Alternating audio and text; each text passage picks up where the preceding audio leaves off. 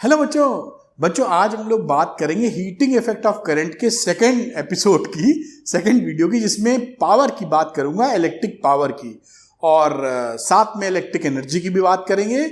यहां पर बहुत ही इंटरेस्टिंग सवाल जो आपके कॉम्पिटिटिव एग्जामिनेशन में प्लस बोर्ड एग्जामिनेशन में पूछे जाते हैं, उनके सारी बातों का जवाब मिलेगा। जैसे मैं आपको बता देता हूं कि अगर 60 वॉट का बल्ब है या 50 वॉट का बल्ब है और सेम वोल्टेज पे 220 वोल्ट पे है, दोनों को सीरीज या पैरेलल में लगाएं तो कौन सा बल्ब ज्यादा ब्राइटर जलेगा, कौन सा तेज जलेगा, ब्राइट कौन सा होगा। एक 50 वाट का है, एक 100 वाट का बल्ब है, ये भी बात देखेंगे। अगर वोल्टेज ज्यादा आ जाए तो कौन सा बल्ब फ्यूज कब होता है, ये भी देखेंगे।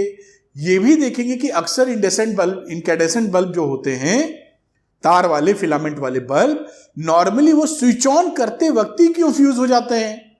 फ्यूज तो कभी भी हो सकते हैं, लेकिन अधिकतर आप देखेंगे 90% ऑफ द टाइम्स जब आप उसको ऑन करते हैं, स्विच को ऑन करते हैं, तब वो निकल लेते हैं, मतलब फ्यूज हो जाते हैं, चलते चलते बंद कम होते हैं। दूसरा देखेंगे कि जब बल्ब पुराना हो जाता है तो धीरे क्यों जलने लगता है। तीसरा देखेंगे कि कोई अप्लायंसेस, हैवी अप्लायंस अगर ऑन करते हैं तो बल्ब की ब्राइटनेस कम क्यों हो जाती है। शानदार एग्जाम्पल्स, पूरी बल्ब का मेटा एनालिसिस करने वाले हैं हम लोग, और साथ में न्यूमेरिकल भी अंत में लगाएंगे, जिससे आपको एकदम जबरदस्त तरीके से कॉन्सेप्ट की क्लैरिटी हो जाए। चलिए बात को स्टार्ट करते हैं। स्टार्ट करने से पहले छोटा सा आपको सजेशन कि इन वीडियो लेक्चर्स को सीक्वेंस या सीरियल वाइज देखिएगा, जिससे आपकी अंडरस्टैंडिंग बहुत ही शानदार हो जाए, आसान भाषा में फिजिक्स समझ में आए। चलिए, ये रहा हमारा चैप्टर नंबर 3 के अंदर ही सारी बातें हैं ये, और इलेक्ट्रिक पावर जैसा हम लोग बात करते हैं, बिल्कुल बेसिक से मैं बता रहा हूं। क्या है इलेक्ट्रिक पावर? एक कोई भी इलेक्ट्रिकल डिवाइस या अप्लायंस इलेक्ट्रिकल एनर्जी को पर सेकंड किसी और फॉर्म ऑफ एनर्जी में जो चेंज करता है, उसी रेट को हम बोलते हैं पावर। चाहे तो हम इसको सेंटेंस के फॉर्म में लिख भी सकते हैं, उसमें भी कोई तकलीफ नहीं है। द रेट एट विच, सरल भाषा में बात करें, the rate at which an appliance converts electrical energy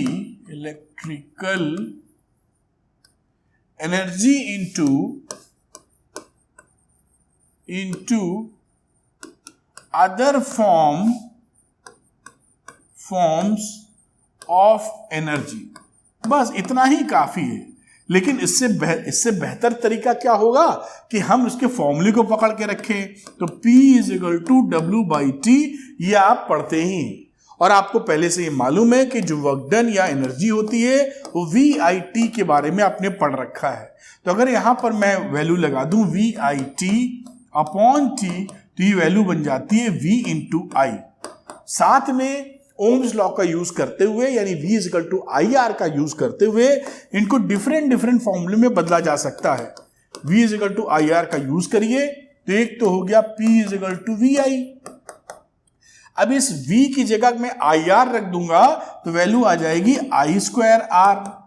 अगर मैं इस I की जगह V/R रख दूंगा तो वैल्यू आ जाएगी V²/R। तो ये देखिए, 3 तरह के पावर के फॉर्मूले हमारे पास निकल के आ गए। P = VI, I²R = V²/R, यानी इलेक्ट्रिकल पावर इन फॉर्मूले से पहचानी या निकाली जा सकती है। और इसकी यूनिट की भी मेरे ख्याल से आगे मैंने स्लाइड शायद बनाई हो। SI unit of electrical power, इसकी SI यूनिट हमारी वॉट होती है, तो उसको मैं वॉट लिख देता हूं। सिंबॉलिक रिप्रेजेंटेशन W है। तो ये P = W/T में जो पावर की SI यूनिट होगी वो वॉट होगी, और ये फॉर्मूला है। इसके हिसाब से 1 वॉट की जो वैल्यू है वो बराबर होती है 1 जूल के, और 1 जूल पर सेकंड की ये वैल्यू इसकी निकल के चली जाएगी। नॉर्मल कई जगह जो इस्तेमाल किया जाता है, कई लोग किलोवाट बोलते हैं, तो किलोवाट आप जानते ही हैं, कोई स्पेशल चीज नहीं है। जब हम किलोवाट का जिक्र करेंगे तो 1000 वॉट इसका मतलब होगा। जब हम मेगावाट की बात करेंगे तो उसकी वैल्यू 10⁶ वॉट होती है, ये भी आप जानते हैं। एक हॉर्स पावर की बात करेंगे, जो पानी खींचने वाली मोटर लेने जाते हैं बाजार में, हॉर्स पावर में रहता है, तो 746 वॉट रहता है। कुछ कन्वर्जन फैक्टर्स हैं, कहीं ये इस्तेमाल होंगे तो उसका इस्तेमाल हम लोग कर सकते हैं। तो ये कुछ SI unit of electric power है। अब इलेक्ट्रिक एनर्जी की अगर हम लोग बात करें यहां पर, तो फॉर्मूला पढ़ रखा था हम लोगों ने, P = W/T। ये भी जब भी W निकालने की बात होगी तो P × T का इस्तेमाल कर लेंगे, बस। और क्या है, ये इलेक्ट्रिकल एनर्जी निकल के चली आएगी। इतना ही काफी है जानना। आगे की बात हम लोग लेके चलते हैं कि कमर्शियल यूनिट ऑफ एनर्जी क्या होती है। कमर्शियल यूनिट ऑफ एनर्जी हमने जूल्स में पढ़ी है, लेकिन जो कमर्शियल यूनिट होती है वो किलोवाट आवर में होती है। तो किलोवाट आवर, ध्यान रखना, kilowatt hour energy unit of energy है, यूनिट ऑफ एनर्जी है, ना कि पावर की यूनिट है। किलोवाट से कई बार कंफ्यूजन बच्चों का होता है, तो किलोवाट पर आवर नहीं लिखा है, ये किलोवाट आवर। तो kilowatt hour is the unit of energy. और इसकी कमर्शियल यूनिट, जो आपने देखा होगा बिजली के जो बिल आते हैं घरों में, आपके घर में देखिए 200 यूनिट का बिल आ रहा होगा, किसी के घर में 150 यूनिट का होगा, किसी के घर में 500 यूनिट का होगा, किसी के घर में AC वगैरह चल रहा है तो 700-800 1000 यूनिट का भी होगा। तो ये जो यूनिट में बिल आते हैं वो क्या रहता है, वो किलोवाट आवर ही है। 1 किलोवाट आवर जो होता है वो 1 यूनिट के बराबर होता है। उसको बोर्ड ऑफ ट्रेड भी बोलते हैं, BOT, बोर्ड ऑफ ट्रेड, या नॉर्मल भाषा में हम उसको बोलते हैं कितने यूनिट बिजली का बिल आया है। बात पकड़ में आ रही होगी। आगे बात करते हैं हम लोग कि आखिर 1 किलोवाट आवर में हम लोग जो कैलकुलेशन करते हैं वो कितने जूल्स एनर्जी होती है। तो 1 किलोवाट को अगर आप चेंज करें तो 1 किलोवाट को लिख सकते हो 1000 वॉट, और साथ में 1 घंटे को लिख सकते हो 3600 सेकेंड, 3600 सेकेंड। इसको आपस में मल्टीप्लाई कर लीजिए, वैल्यू आ जाएगी 3.6 × 10⁶ जूल। तो ये एक रिलेशनशिप है जिसे हमें जरूर ध्यान रखना चाहिए। जगह जगह इसका इस्तेमाल हो सकता है कि 1 किलोवाट आवर में कितने जूल एनर्जी आपको मिलेगी। और इसी तरह अगर वॉट आवर कहीं लिखा हुआ है तो कोई उसमें परेशानी नहीं, वॉट आवर कहीं लिखा हुआ है तो आप जानते हैं किलोवाट में 1000 होता है, वॉट में 1000 कम हो जाएगा, यानी 3.6 × 10⁻³ जूल एनर्जी आपको इसमें मिल जाएगी। इतनी सी बात है। तो ये कमर्शियल यूनिट जरूर पकड़ के रखिए, इंपॉर्टेंट है। घरों में जो बिजली का बिल आता है 200 यूनिट, 400 यूनिट, 600 यूनिट, उसका मतलब किलोवाट आवर से होता है। किलोवाट आवर पावर की यूनिट नहीं है, ये एनर्जी की यूनिट है। ये भी ध्यान रखिएगा, ये बहुत गलती करते हैं कई बच्चे, किलोवाट देख के सोचते हैं पावर की यूनिट होगी। आगे की बात हम लोग करते हैं, देखिए पावर रेटिंग की बात कर रहे हैं। अब यहां पर कोई इलेक्ट्रिक बल्ब मुझे नहीं दिख रहा है। हर जो भी अप्लायंस आप लेके आते हैं, इलेक्ट्रिक बल्ब सबसे सरल आसानी से देख लेते हैं, उसके ऊपर छपा रहता है कितने वॉट का बल्ब है और डैश करके लिखा रहता है कितने वोल्ट के लिए बना है, 220 वोल्ट, 230 वोल्ट, जैसे भी बना हो। कोई भी अप्लायंस खरीदे मार्केट से, कोई भी चीज लेके आएंगे इलेक्ट्रिक अप्लायंस, उसके पीछे पावर रेटिंग पड़ी होती है। आप ध्यान से देखेंगे आपको दिख जाएगी। पावर रेटिंग जो होती है उसका मतलब क्या होता है? उसका मतलब इतना ही होता है कि वो अप्लायंस पर सेकंड कितनी इलेक्ट्रिकल एनर्जी कंज्यूम करता है। तो what is the meaning of power rating? Electrical energy consumed पर सेकंड बाय द अप्लायंस कह लीजिए, जो आपने खरीदा है, लेके आए बाय दी अप्लायंस। बस ये पावर रेटिंग है। और P की वैल्यू आप जब भी लेके आएंगे V² अपॉन R, P और V की वैल्यू दी रहती है उसमें, कितने वॉट का है, किस वोल्टेज पर है, और आर आप उससे निकाल लिया करेंगे। वैसे ही इसकी वैल्यू उसके बराबर भी आई स्क्वायर आर या वी आई वॉट के बराबर होती रहेगी।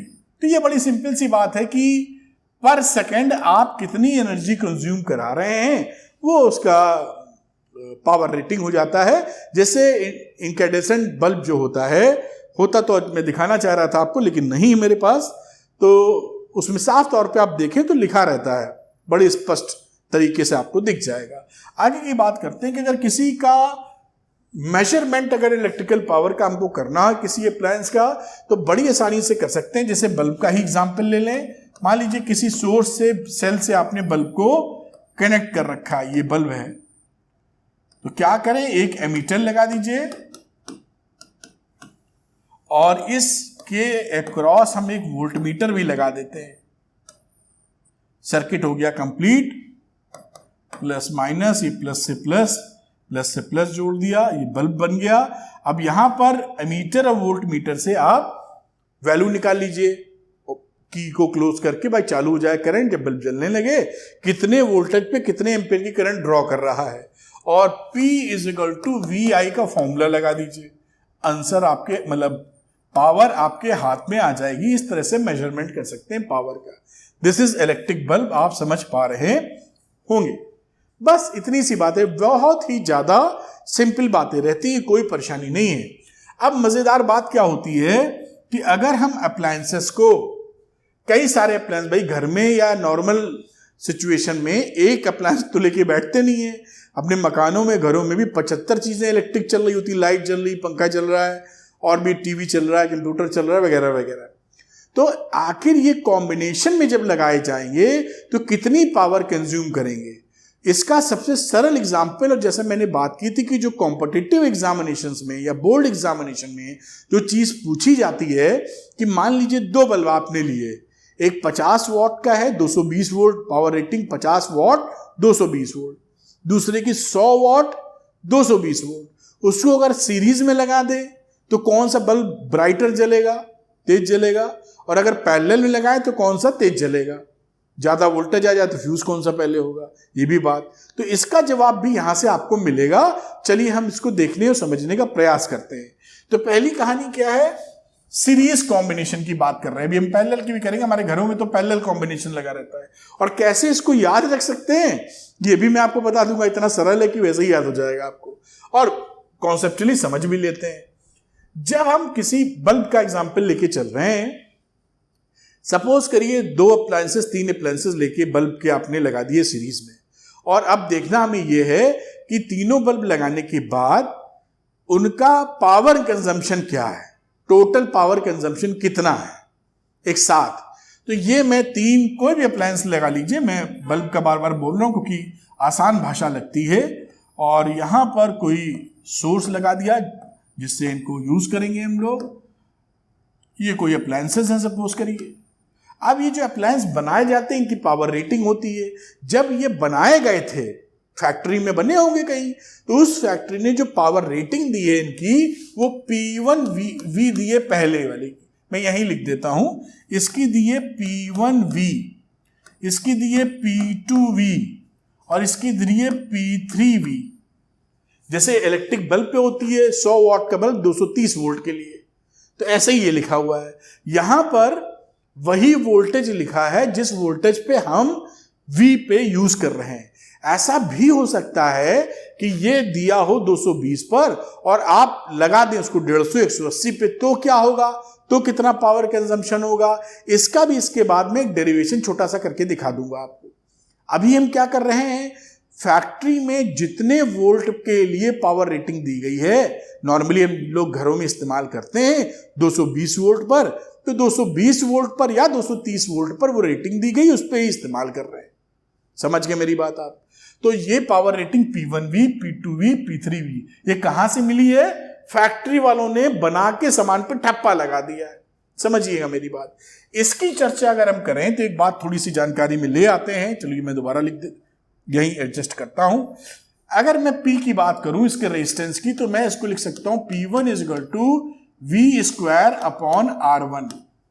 P is equal to VI पढ़ते थे और I को V अपॉन R लिख सकते हो। तो इसी तरह दूसरे वाले का लिख सकता हूं, तीसरे वाले का लिख सकता हूं।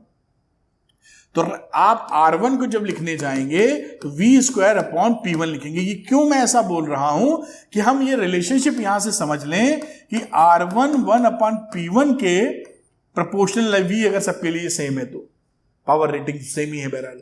तो जिसका पावर ज्यादा होगा उसका रेजिस्टेंस कम होगा, ये बात पकड़ लेनी है पावर रेटिंग के हिसाब से। ठीक, मेरे ख्याल से ये बात आप कनेक्ट कर पाए होंगे।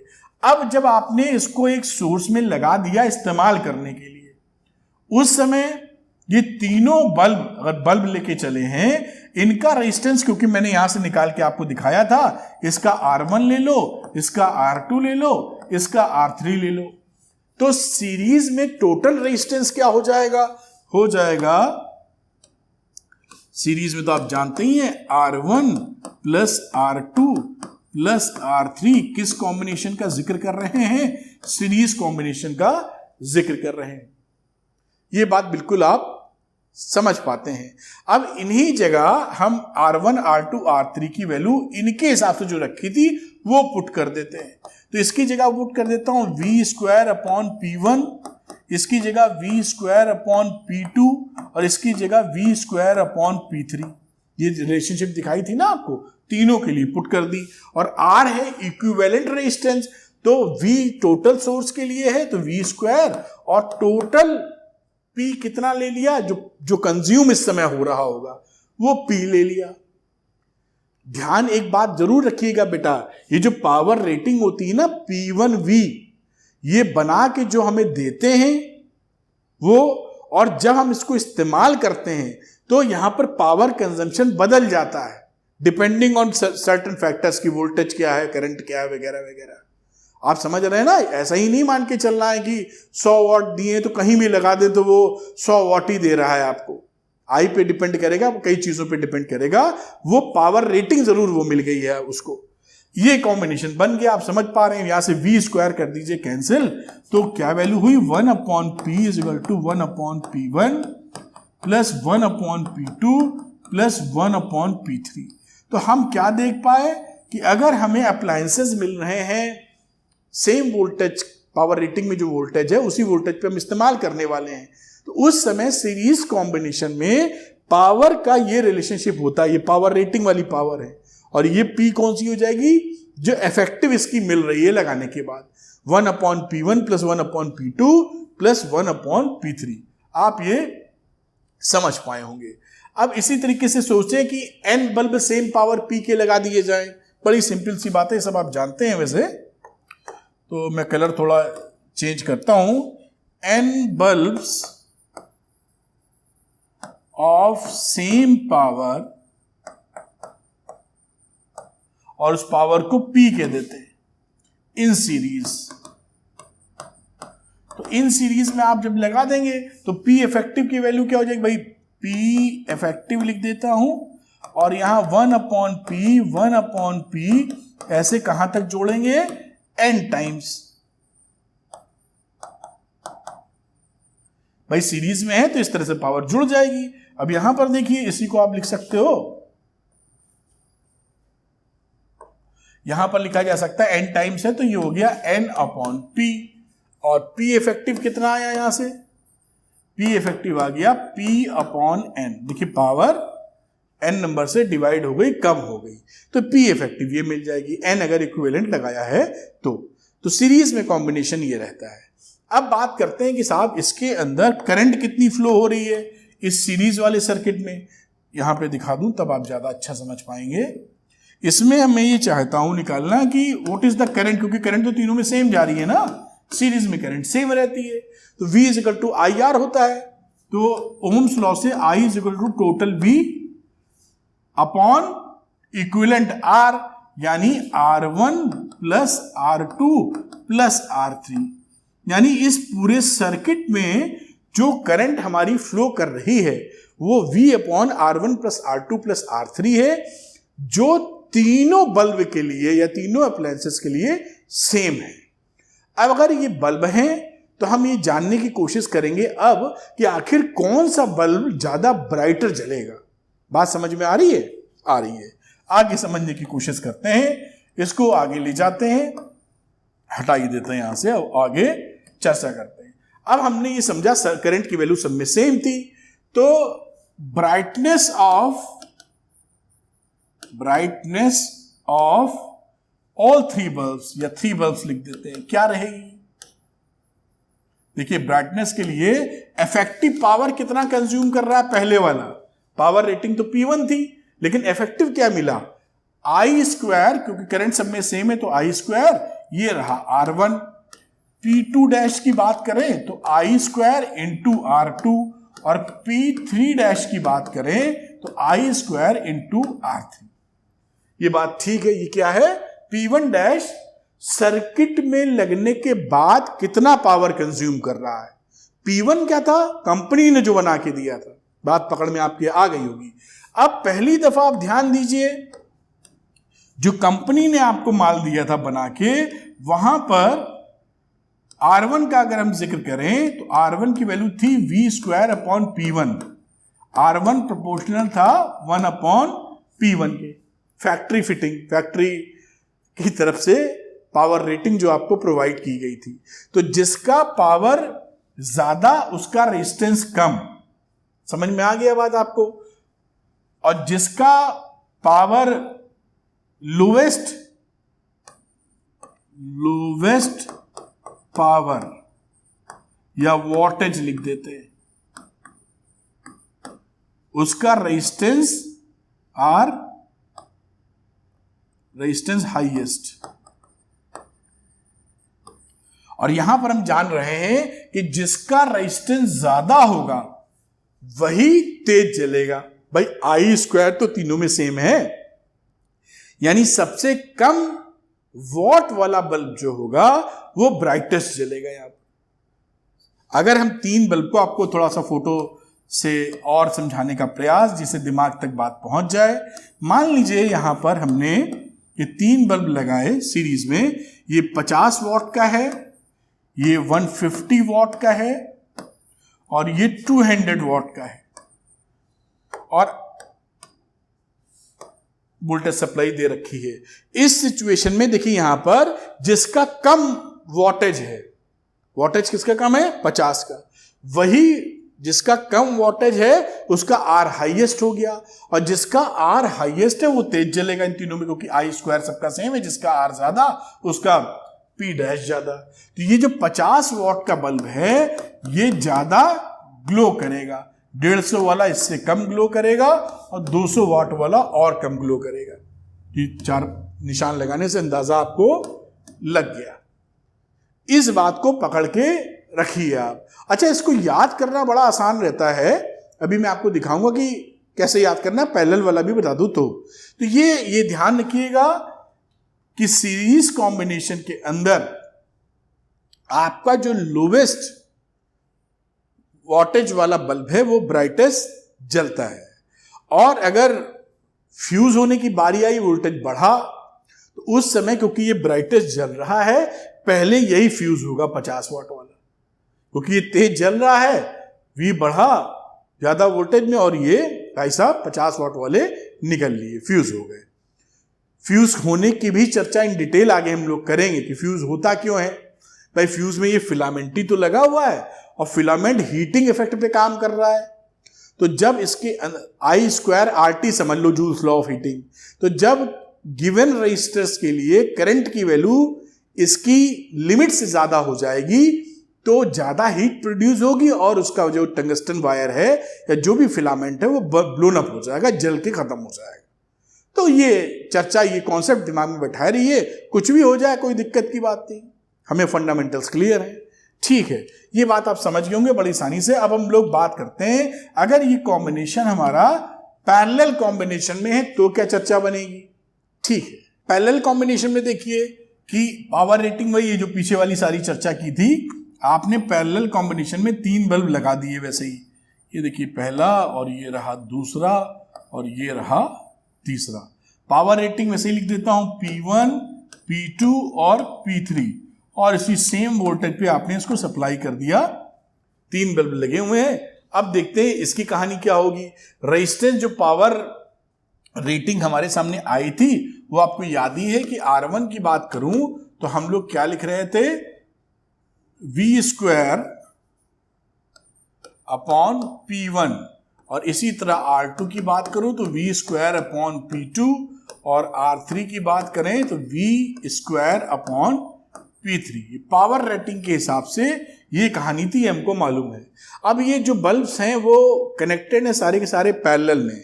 पैरेलल कॉम्बिनेशन में जो इसके रेजिस्टेंस होते हैं वो रेजिस्टेंस जिस तरह से ऐड होंगे वो होते, ये इसका मान लीजिए रेजिस्टेंस R1, इसका R2, इसका R3, तो पैरेलल में जो होंगे 1/R, R1, 1/R2 plus 1/R3, इस तरह से ये पैरेलल कॉम्बिनेशन में ऐड होंगे। अब यहां पर R1, R2, R3 की वैल्यू यहां से पुट कर देते हैं बेटा।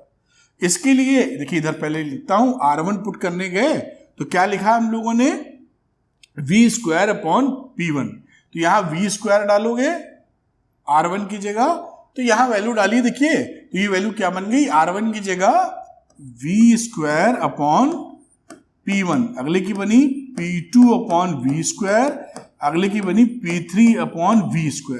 यहां पर वैल्यू डाली आपने इक्विवेलेंट के चक्कर में, तो ये रहा V² और ये टोटल रहा P। इसी तरीके से डाला ना V² अपॉन P करते हुए।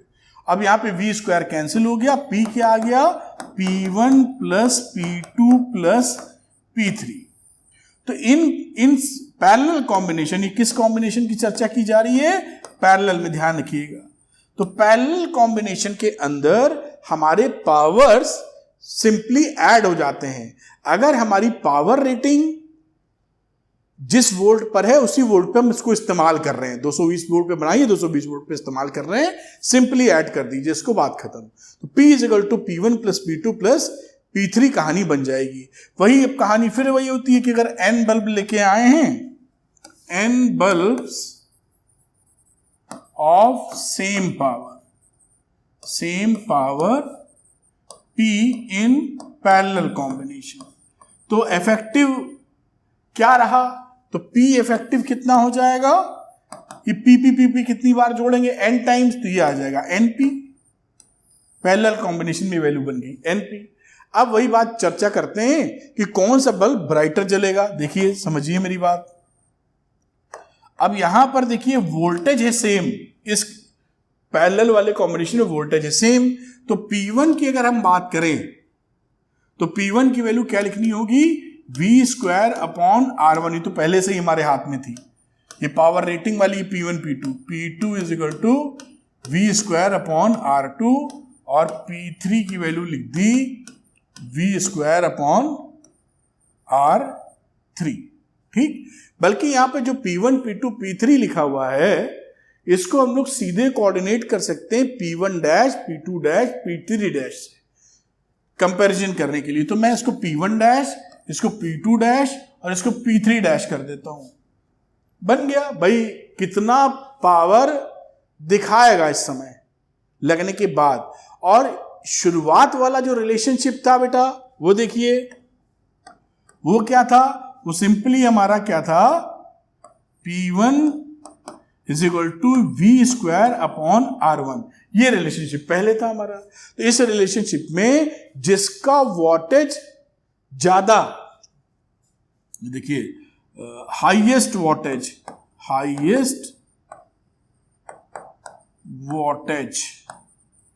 यानी पावर, वोल्टेज का मतलब ले रहे हैं, उसका क्या होगा कि resistance will be minimum, R will be minimum. यहां देख पा रहे हैं ना आप कि इसके लिए अगर जिसका P ज्यादा उसके लिए R कम है, ये तो पहले से ही समझते थे, फैक्ट्री वाली बात है। इस कंजम्पशन में आ जाइए, जिसका R कम उसका P1 डैश ज्यादा। बात समझ में आ रहे हैं ना। तो यहां पे जिसका किसका R कम, जिसका पावर ज्यादा, यानी ज्यादा वॉट वाले जो बल्ब होगा वो ब्राइटर जलेगा यहां पर। तो यहां पर अगर 3 बल्ब लगा दें हम,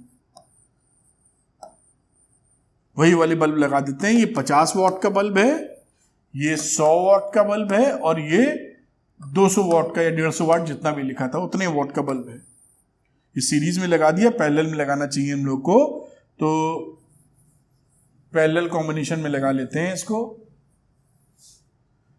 ये पैरेलल कॉम्बिनेशन में लगाया और इसको फिर हम लोगों ने पैरेलल कॉम्बिनेशन में और कुछ बैटरी या कुछ लगा दिया। ये 50 वाट का था, अगले वाले को 100 वाट का कह देते हैं और इसको हम 200 वाट का कह देते हैं। तो यहां पर हम समझ गए थे कि जो हाईएस्ट वोल्टेज वाला है उसका आर मिनिमम और जिसका आर मिनिमम उसी का पी बड़ा, यानी ज्यादा वॉट वाला ज्यादा तेज चलेगा, जिसका वॉट ज्यादा है सारी सीक्वेंस में ज्यादा तेज चलेगा। तो यहां पर आप 200 वॉट वाला जो बल्ब है वो ज्यादा तेज जलेगा, ये कम चलेगा, ये और कम चलेगा। और इसको याद रखना इसलिए आसान है कि हमारे घरों में जो सर्किट है वो पैरेलल है। तो अगर हमें 100 वाट का बल्ब कम लगता है तो हम बाजार से 150 वाट का खरीद लाते हैं ज्यादा रोशनी के लिए, ज्यादा ब्राइटर चाहिए तो, या 200 वाट का खरीद लाएंगे। तो ये बड़े आसानी से याद रहता है कि हमारे घरों में अगर हमें 100 वाट से काम नहीं चल रहा है तो हम 200 वाट बल्ब लगा लेते हैं, वो ज्यादा ब्राइटर जलता है। और सीरीज में इसका उल्टा, कि सीरीज में लगाओगे तो 100 वाट का तेज जलेगा, 200 वाट का डिम जलेगा। ये इसकी कहानी, याद रखना आसान हो जाता है। अब फ्यूज कौन सा होगा, क्योंकि 200 वाट वाला तेज जल रहा है, वोल्टेज अगर ज्यादा आ गया, सबको सेम वोल्टेज मिल रहा है, तो 200 वाट वाला पहले फ्यूज हो जाएगा। लेकिन फ्यूज होने की कहानी किससे कोरिलेटेड होती है? जूल्स लॉ ऑफ हीटिंग से कहानी से, वो भी हम लोग समझेंगे। अभी बात पकड़ में आई क्या पूरी? तो इस तरीके से इसकी बात चर्चा कर ली जाती है। पैरेलल में ज्यादा पावर, ज्यादा वोल्टेज वाला वह तेज जलेगा, सीरीज में कम वाट वाला तेज जलेगा। और पावर कॉम्बिनेशन जो मैंने आपको बताए थे, सीरीज में एक बार याद दिला रहा हूं, सीरीज में 1/P की कहानी चलती है जब सेम वोल्टेज पे हमारी कहानी हो। अभी मैं छोटी सी चर्चा उसकी भी कर लूंगा। जैसे फंडा एकदम सुपर सॉलिड हो जाए, ये कहानी चलेगी अगर हम जिस पे पावर रेटिंग में जो वोल्टेज यूज की, जो पोटेंशियल यूज किया गया है, पोटेंशियल डिफरेंस, उसी पोटेंशियल डिफरेंस में हम इसका इस्तेमाल कर रहे हैं। तो बाय द वे कुछ ऐसा हो जाए कि आप जो इस्तेमाल कर रहे हैं वो पोटेंशियल डिफरेंस दूसरा हो, उसने बना दिया है कंपनी ने 300 वोल्ट पर पावर रेटिंग दे दी है, हम उसको 220 वोल्ट पे यूज कर रहे हैं, उस समय ये फॉर्मूला सीधे लगा देना होगा, क्योंकि ये पी क्या है? पी इफेक्टिव है। जो सिस्टम बन गया उस समय कितना पावर कंज्यूम हो रहा है, क्या ये फॉर्मूला लगेगा? तो आंसर है नहीं लगेगा, कुछ और वेरिएंस आ जाएगा, वो अभी हम आपको दिखा देते हैं। खैर उसी की चर्चा करते हैं। मेरे ख्याल से अगली स्लाइड देखें, वरना इसी में बताने की कोशिश करेंगे। फ्यूजिंग नहीं, ये बात की बात है, इसकी बात करते हैं। देखिए जब हमारा, अब हम ये बात करते हैं कि कंपनी ने जो हमको 2 बल्ब दिए बना के, सपोज करिए ये एक बल्ब नंबर 1, बल्ब नंबर 2, ये कुछ हमने इस तरह से मान लीजिए सीरीज में लगा दिए। जो पावर रेटिंग है वो पावर रेटिंग क्या है? ये है V0 जिसपे कंपनी ने बनाया है, और पावर दी दी है P01 कह दीजिए। इसका रेजिस्टेंस कह देते हैं, वो बदलता नहीं है तो R1 लिख देते हैं। इसी तरह इसकी चर्चा कर लेते हैं। इसका रेजिस्टेंस R2 हो गया, वोल्टेज V0 पे बनाया है, सेम पर है, लेकिन P02 हो गया। ये मेरे ख्याल से दिख रहा होगा, कटा तो नहीं होगा। हाँ, तो ये इसकी पावर रेटिंग हो गई, वॉट वोल्टेज, और इसी वोल्टेज पे भी बनाया गया है। रेजिस्टेंस वगैरह अलग अलग होंगे। आप ये जानते ही हैं कि इसका अगर रिलेशनशिप स्टैब्लिश किया जाए तो R1 की वैल्यू मैं क्या लिख दूंगा? V0 स्क्वायर अपॉन P01, और R2 की वैल्यू इसी तरह लिख दूंगा V0 स्क्वायर अपॉन P02। ये कहानी यहां पर सेट हो गई। और कौन ग्लो करेगा, कौन ग्लो नहीं करेगा, सारी चर्चा मैं आपको पहले बता चुका हूं। अब देखिए यहां पर अगर मैं पावर इफेक्टिव की बात करूं, इसको लगा दिया सीरीज में, और इसको जो वोल्टेज हम दे रहे हैं वो अभी V दे रहे हैं। ये देखिए V0 पे बनाया और V दे रहे हैं। पहली वाली कहानी में क्या था? ये V0 और ये V सेम था, तो धाए से फॉर्मूला लगा दिया था। अभी कंपनी ने जो पावर रेटिंग दी और हम जो इस्तेमाल करने वाले हैं V, उसमें फर्क है। अब देखिए टोटल पावर कंजम्पशन की अगर मैं बात करूं कलर चेंज करते हुए, तो मैं लिख दूंगा P is equal to P1 plus P2। भाई पावर क्या है, एनर्जी का ही फॉर्म है, तो इन दोनों की जो पावर है उनको ऐड करते हैं, देखिए कितनी मिल रही, किस फॉर्म में आ रही है। तो मैं इसको लिख दूंगा V square upon R1 plus R2।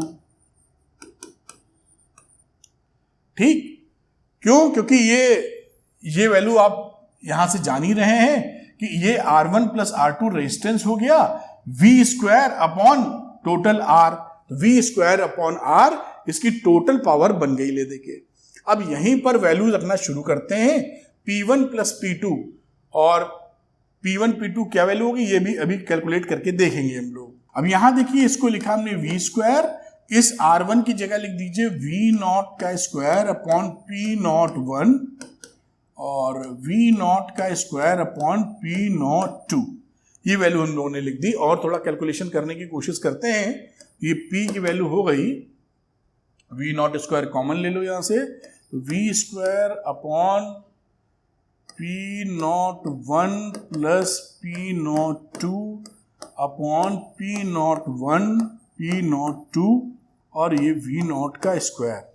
थोड़ा सा और इसको आसान भाषा में लिखने का प्रयास करेंगे, तो ये P की जो वैल्यू है ये हो गई V अपॉन V नॉट का स्क्वायर। ये P नॉट 1 P नॉट 2 ऊपर ले जाते हैं, तो इसको लिख लेते हैं P naught 1 into P naught 2 upon P naught 1 plus P naught 2। ये देखिए, ये फॉर्मूला बनता है हमारा, थोड़ा सा ऐसे घुमा दीजिए, ये फॉर्मूला हमारा बन रहा है जब फैक्ट्री का पावर रेटिंग का वोल्टेज V हमारे इससे फर्क हो जाए, ये एक फैक्टर आ जाता है। अब इसी में देखिए मजेदार बात क्या है कि अगर V is equal to V naught, यानी जो कंपनी ने जो पावर रेटिंग दी है वही वोल्टेज पे हम इसको ऑपरेट कर दें, तो ये फैक्टर हो जाएगा 1, क्योंकि ये दोनों हो गए बराबर। अगर ये 1 हो गया तो P की वैल्यू कितनी हो गई? P की वैल्यू हो गई P naught 1 into P naught 2 upon P naught 1 plus P naught 2, और इसको क्या लिखा जा सकता है? 1 upon P is equal to 1 upon P naught 1 plus 1 upon P naught 2। ये देखिए वही फॉर्मूला आ गया, सीरीज कॉम्बिनेशन की बात कर रहे हैं अभी, वही फॉर्मूला आ गया जो फॉर्मूला हम लोगों ने पहले निकाला था, लेकिन ये लॉजिक और कॉन्सेप्ट को और सुपर स्ट्रॉन्ग कर देता है, जिससे हम अंधेरे में ना रहें। हमें ये समझ में आए कि अगर कॉम्पिटिटिव एग्जामिनेशन में सवाल आ जाए, बोर्ड में हॉट्स में सवाल आ जाए और वोल्टेज का ऐसा सिचुएशन हो तो आप समझ जाएंगे। बाकी अलग अलग वोल्टेज, अलग अलग पावर तो निकाल ही सकते हैं हम लोग। खैर, आप ये बात समझ पाए होंगे। इसी में पैरेलल की अगर बात कर लें हम लोग, अब सीरीज कॉम्बिनेशन में आप जानते ही कि सीरीज में अगर एक बल्ब फ्यूज हो जाएगा तो दूसरा बल्ब नहीं चलेगा, क्योंकि सर्किट ही ब्रेक हो जाता है। पैरेलल में दिक्कत नहीं होती, ये आप 10th में ही पढ़ चुके हैं। अब यहां पर अगर आप आ जाइए पैरेलल कॉम्बिनेशन की बात ले लीजिए, दो बल्ब लेते हैं जो कि पैरेलल कॉम्बिनेशन में लगाए गए हैं। ये देखिए दो बल्ब ले लिए और इनको हम लोगों ने क्या किया, पैरेलल कॉम्बिनेशन में लगा दिया। वही कहानी थी सेम, जो पावर रेटिंग थी V नॉट P नॉट 1 और ये रहा R1, ये V नॉट P नॉट 2 और ये रहा R2। ये इसकी पावर रेटिंग जो कंपनी ने बना के दिया। बाकी बात आप समझ ही रहे हैं कि अगर मैं R1 लिखने की कोशिश करूंगा तो V not square upon P naught 1 लिखूंगा, और अगर R2 लिखूंगा V not square upon P naught 2 लिखूंगा। ये कंपनी के हिसाब से जो पावर रेटिंग है वो मिली है। अब हमारा यहां पर कितना पावर कंजम्पशन में जा रहा है लगने के बाद, तो ये वैल्यू ले लेते हैं P is equal to P1 plus 2। Energy है, जोड़ दिया सिंपली पावर। अभी टोटल पावर क्या होगा इसकी कहानी में, जो इतने कंजम किया, जो इतने कंजम्पशन किया, तो ये हो गया V square upon R1 plus V square upon R2। भाई पावर कंजम्पशन इसका जो रहा V स्क्वायर दोनों का सेम है, ये जो V है तो इसके लिए भी V सेम आ गया, इसके लिए भी V सेम आ गया, ऑपरेटिव वोल्टेज। तो ये V स्क्वायर अपॉन R1 तो बदलता नहीं, plus V square upon R2, ये वैल्यू हो गई। अब यहां पर आप वैल्यू पुट कर दीजिए, P इज इक्वल टू, इस R1 की जगह ये वैल्यू हम डाल देते हैं, तो आप क्या लिखोगे यहाँ, वी स्क्वायर, R1 की जगह डाला तो ये आ गया वी नॉट का स्क्वायर और ये रहा पी नॉट 1। इसी तरह यहां आ गया V square upon V naught का स्क्वायर इंटू पी नॉट 2। अब यहां पर आप V square upon V naught का स्क्वायर कॉमन ले लो और अंदर वैल्यू बची P naught 1 plus P naught 2। ये वैल्यू आप देख पा रहे हैं। अब ये जो कंडीशन है ये तब की है जब ये V और जो पावर रेटिंग थी उसका V नॉट अगर फर्क है तो, अगर ये सेम हो जाए तो देखिए कितना आसान, if V is equal to V naught, यानी जिसमें कंपनी ने बनाया है वही पावर रेटिंग हम यूज करने लगे तो ये फैक्टर 1 हो जाएगा, दोनों सेम है, कट जाएगा। बात पकड़ पा रहे होंगे। उस समय क्या बन जाएगा, P is equal to P naught 1 plus P naught 2। ये कॉम्बिनेशन किसकी कहानी चल रही है, दिस इज पैरेलल। यही हम लोगों ने अभी पहले जो डिराइव किया था तब जब जो कंपनी ने पावर रेटिंग दी थी V, उसी पे इस्तेमाल कर रहे थे। तो इस तरह से आपको एक अंदाजा मिल गया कि भाई इस तरह से भी चीजें समझनी चाहिए। बड़ी सुंदर बात। अब कुछ और इंटरेस्टिंग बातें जो मैं आपसे कर रहा था कि बल्ब को हम लोग, ये जो बल्ब कौन सा, भी फिलामेंट वाला इनकैंडेसेंट बल्ब, ये जो फिलामेंट वाले बल्ब होते हैं उन्हीं की चर्चा हम कर रहे हैं इस समय। एलईडी पेलेडी नहीं समझ लीजिएगा आप, है ना, ये वाले बल्ब की बात कर रहे हैं। इसको जैसे ही आप स्विच ऑन करते हो अक्सर ये निकल लेता है। अक्सर का मतलब है जब फ्यूज होना होता है, चलते चलते बंद हो जाए इसके चांस थोड़े कम रहते हैं। ठीक, क्यों होता है ऐसा, देखिए यहां पर अगर मैं मान लीजिए 220 वोल्ट पर या सेम वोल्टेज पे ऑपरेट कर रहे हैं तो P is equal to V square upon R, ये फॉर्मूला हम जानते हैं पावर का, वी स्क्वायर अपॉन R। जब इसको हम ऑन करते हैं बेटा, और ऑन करने के बाद थोड़े समय तक चलाते हैं तो इसका टेम्परेचर बढ़ता है। जब हमारा टेम्परेचर बढ़ेगा तो हमारा रेजिस्टेंस भी बढ़ेगा। आप जानते हैं मोटे तौर में RT equal to R0 1 plus alpha T, 1 plus delta alpha T. जैसे आप टेम्परेचर बढ़ाओगे नॉर्मली कंडक्टर में या रेजिस्टर में आप देखिए तो रेजिस्टेंस बढ़ जाता है। जब रेजिस्टेंस बढ़ेगा R तो P क्या होगा, कम हो जाएगा। जब रेजिस्टेंस बढ़ेगा तो P क्या होगा, कम हो जाएगा। तो चलते वक्त जो पावर ये दे रहा होगा वो कम देता है। जब ये ऑन होता है उस समय टेम्परेचर तुरंत तो बढ़ता नहीं है, गर्म थोड़ी होता बल्ब उसको। तो जब आप ऑन करते हो तो उस समय टेम्परेचर कम होता है। कम होने की वजह से पावर ये ज्यादा पकड़ता है क्योंकि रेजिस्टेंस कम है, और ज्यादा पकड़ने की वजह से या ज्यादा पावर यूज करने की वजह से इंस्टेंटेनियस उस सिस्टम में ये ब्लोन अप हो जाता है या ये फ्यूज हो जाता है। बात पकड़ में आई, क्या बताने की कोशिश की। अगर बल्ब चल रहा है तो उसका टेम्परेचर गया बढ़, टेम्परेचर बढ़ गया तो रेजिस्टेंस गया घट, और रेजिस्टेंस गया घट तो पावर गई घट, तो वो चलता रह रहा है। नॉर्मल कंडीशन की बात कर रहा हूं। शुरू में ऑन किया क्योंकि वो टेम्परेचर ज्यादा था नहीं, इसलिए रेजिस्टेंस रहा उसका कम, जितना होना चाहिए, मतलब गर्म होने की वजह से बढ़ा नहीं है, और उस वजह से पावर उसने ज्यादा खींची। क्योंकि P और R में कैसा रिलेशन आप देख पा रहे हैं, 1 अपॉन R का है। तो R जब कम है शुरुआती दौर में तो P ज्यादा लिया और इसकी वजह से वो ब्लोन अप हो गया। तो ये पॉइंट रहता है कि जैसे ही स्विच ऑन करते हैं बल्ब फ्यूज हो जाता है, दैट इज द रीजन। और कुछ इंटरेस्टिंग रीजन आपको देते हैं अलग अलग पॉइंट के, कि decrease in the brightness of the bulb after long use. काफी दिन जब पुराने हो जाते हैं बल्ब तो वो उसकी ब्राइटनेस कम हो जाती है। ऐसा क्यों होता है, देखिए ये फॉर्मूला हमारे साथ में हमको रखना ही पड़ेगा क्योंकि V तो सेम रखे हुए हैं फॉर ए गिवन रेजिस्टेंस। अब ये जो बल्ब में क्या होता है, आपने ऐसे बल्ब लिया, उसको खूब सारा इस्तेमाल किया काफी दिन तक, तो जलते जलते क्या करता है, इसका जो मेटल होता है ऊपर का ये इवेपोरेट कर जाता है, गर्म होकर भाप के रूप में इवेपोरेट करता है। और यहां पर देखेंगे तो कुछ काला काला हल्का सा वो जमा भी हो जाता है क्योंकि निकल के बाहर जा तो पाएगा नहीं। अब जब इवेपोरेशन होगा यहां से due to many days usage, कई दिनों तक यूज किया है, इवेपोरेट करता चला गया है, तो इस समय इस वायर का रेडियस विल डिक्रीज, हम ये फॉर्मूला जानते हैं, R is equal to rho L upon A, और इसको हम लिख सकते हैं R is equal to rho L, area को पाई R स्क्वायर। अगर इवेपोरेशन हुआ तो रेडियस विल डिक्रीज, पतला हो जाएगा वायर ना, रेडियस, ये R क्या है, रेडियस, और ये क्या होगा, एरो से दिखा रहा हूं, वो डिक्रीज कर जाएगा। जब रेडियस डिक्रीज कर जाएगी तो रेजिस्टेंस का क्या होगा, बढ़ जाएगा, ये एरिया हो गया कम, तो R हो गया ज्यादा। जब R हो गया ज्यादा तो P हो गया कम, तो P हो गया कम, यानी उसकी ब्राइटनेस पहले से कम हो गई। बस इतना सरल। यानी अगर किसी बल्ब को लाया, 2-4-6 महीने रगड़ के यूज कर लिया आपने, तो वो कुछ कम ब्राइटर जलेगा। उसका कारण मैंने आपको बताया, शांति से इसको सुनिए और मजा लीजिए।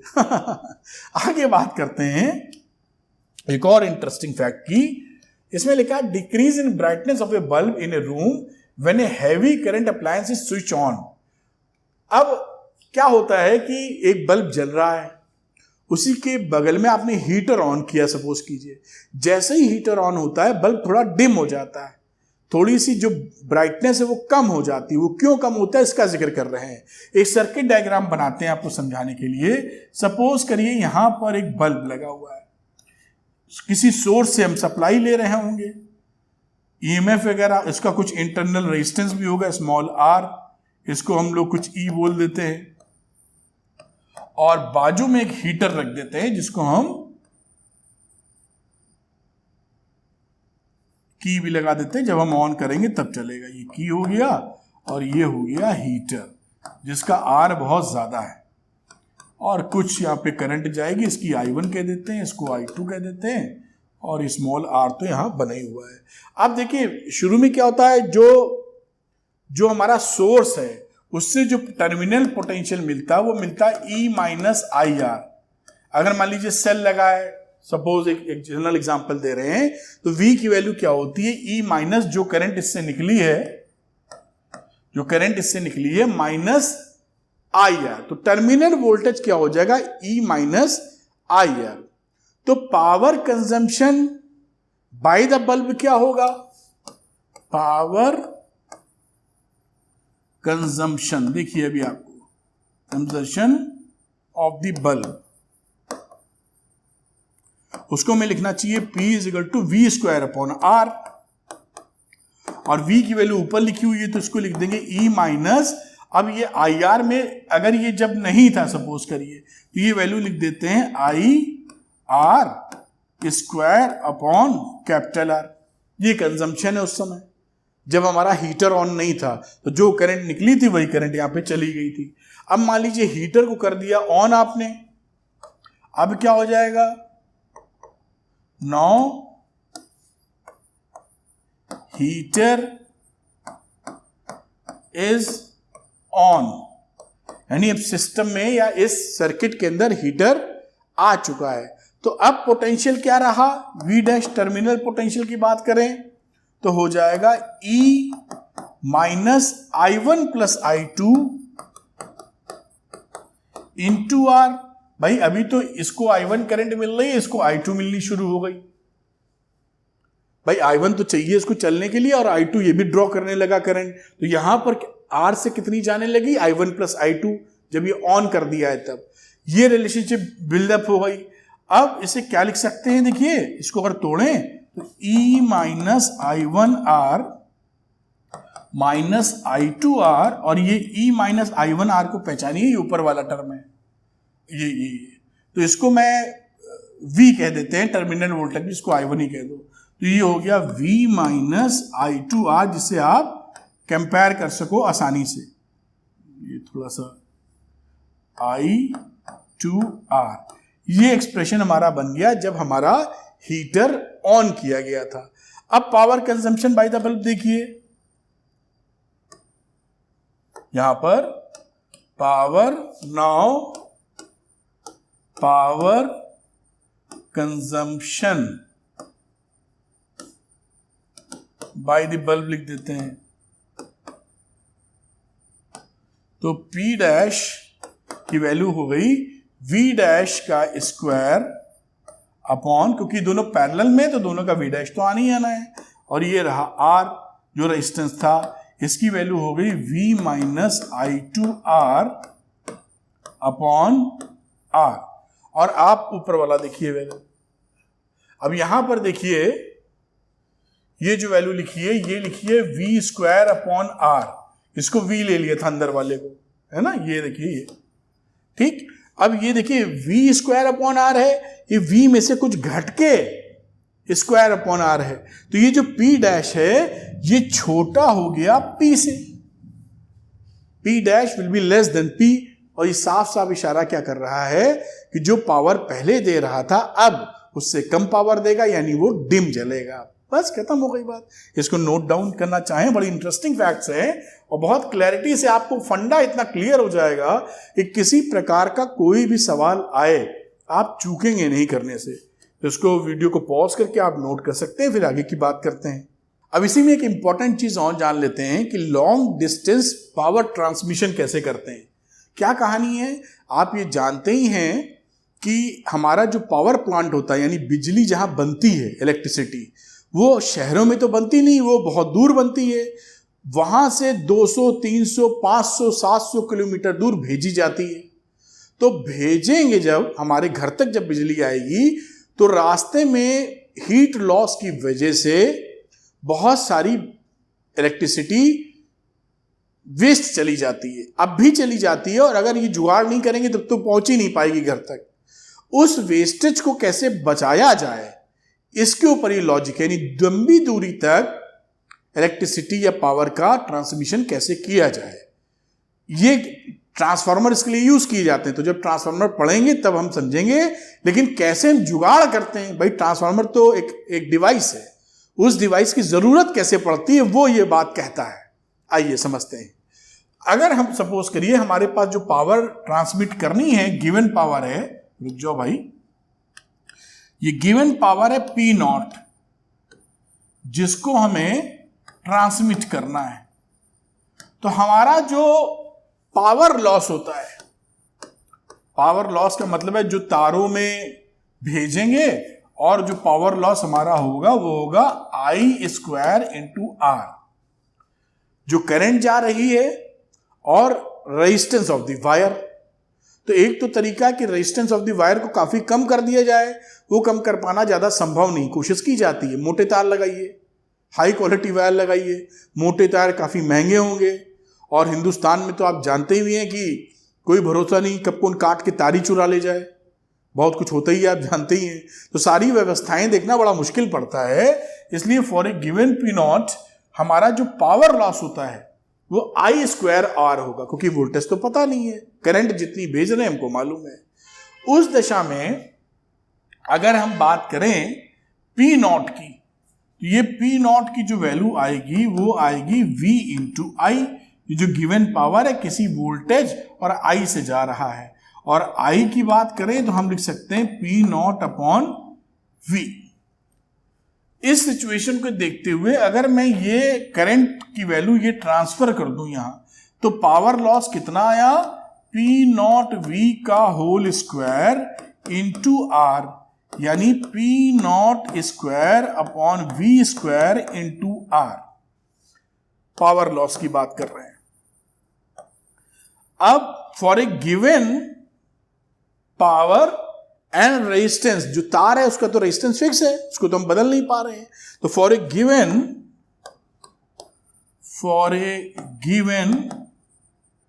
P0 and R, P0 and R मतलब ये क्या हो गए, दोनों के दोनों कांस्टेंट होगा, क्योंकि गिवन है, कुछ तब्दीली संभव नहीं है।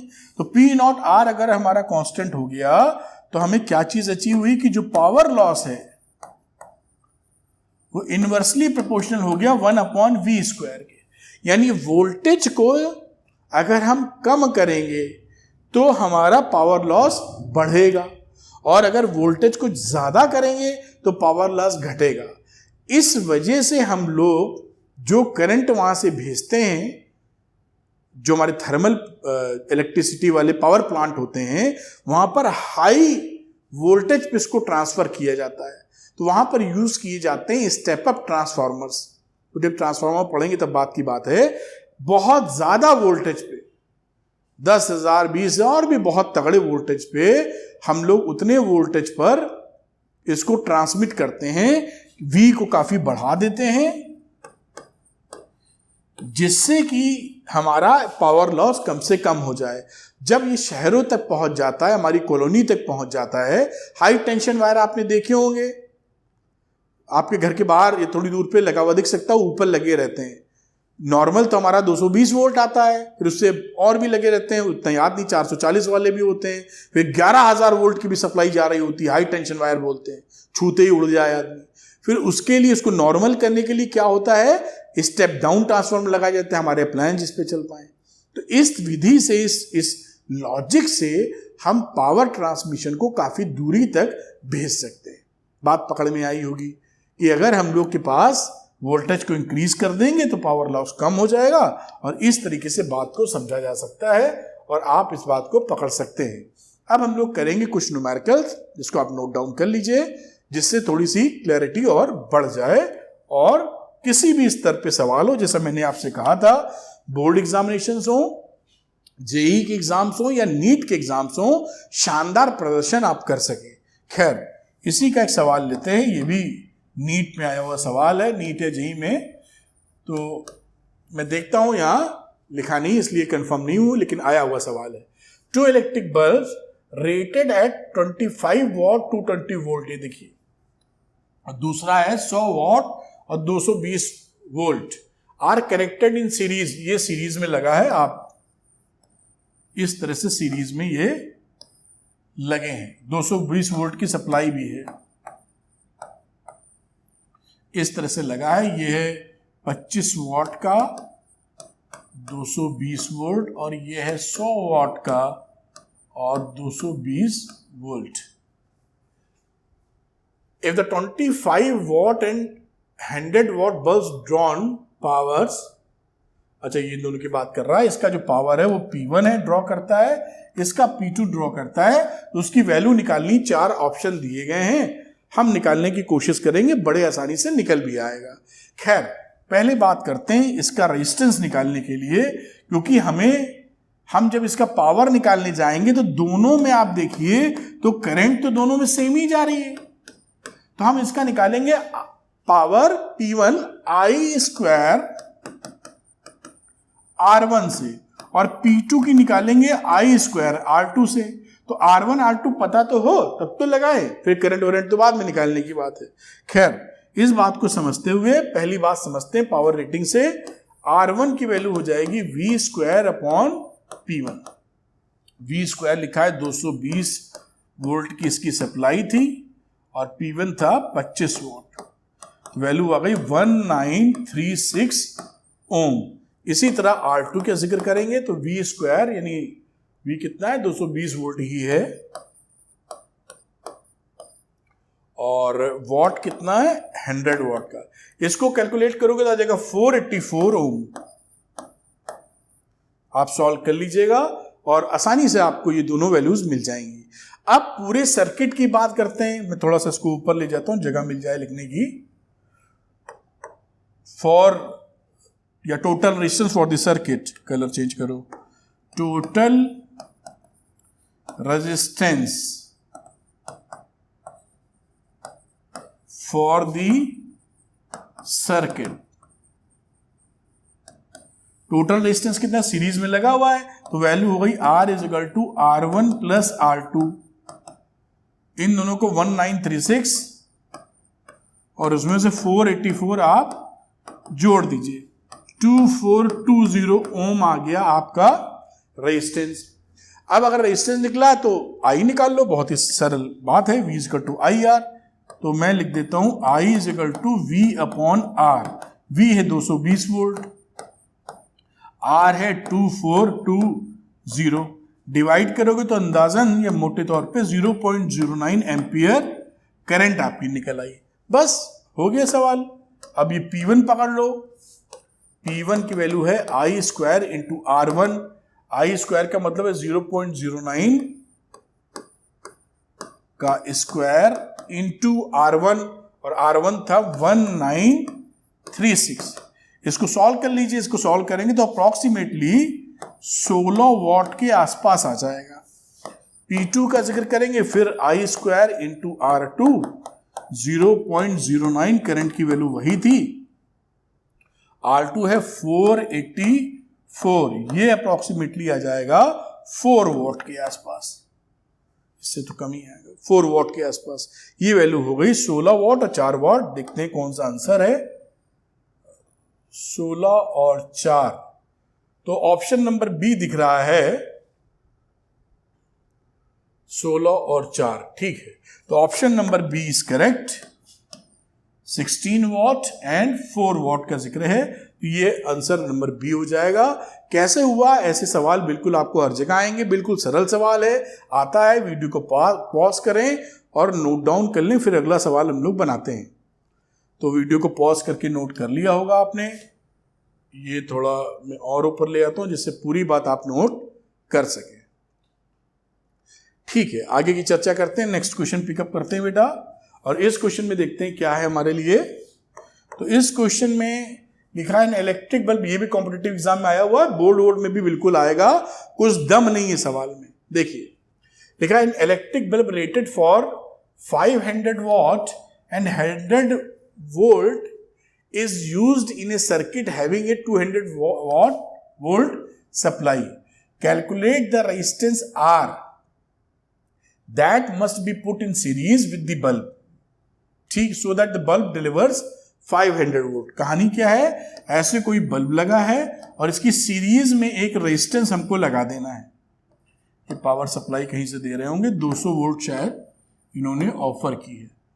इस R को कितना R लगा दें, ये बल्ब हमको कितना पावर डिलीवर कर दे, 500 वॉट का ही पावर डिलीवर कर दे। और पावर रेटिंग तो दे ही रखी इसकी 500 वॉट 100 वोल्ट के ऊपर, ये पावर रेटिंग दे रखी है। अब इसका हम निकाल लेते हैं रेजिस्टेंस, क्योंकि रेजिस्टेंस तो चेंज होता नहीं, कुछ भी बदल जाए। तो R is equal to V square upon P। V square मतलब 100 का स्क्वायर अपॉन 500, आ गया 20 ओम। तो इस बल्ब का जो रेजिस्टेंस है वो 20 ओम का है। अब करंट इन द सर्किट बात करें, अगर इसी की करंट लेने की बात करें तो इसकी जो करंट I कितनी हो जाएगी, I है V अपॉन R। तो V कितना था 100 और R निकालें 20, यानी 5 एम्पियर की करंट। यानी इस बल्ब को अगर हम लोग 5 एम्पियर की करंट दे देंगे तो ये 500 वॉट डिलीवर करना शुरू कर देगा। ये देखिए निकाला है ना आपने, 5 एम्पियर की करंट देने पर ये 500 वॉट का पावर आपको सप्लाई कर देगा।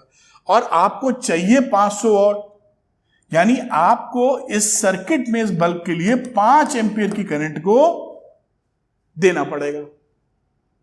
बात समझ में आई? अगर 5 एम्पियर की करंट इस बल्ब से जाएगी तो कितना पावर दे देगा, 500 वॉट तो बता ही रखा है इन्होंने इतने एम्पियर के लिए। 5 एम्पियर चाहिए तो 500 वॉट दे रहा है, तो 5 एम्पियर करंट दे दे उसको तो 500 वॉट दे देगा। आई बात समझ में? अब उस दशा में देखिए हमारा टोटल रेजिस्टेंस क्या है, क्योंकि V इक्वल टू IR होता है।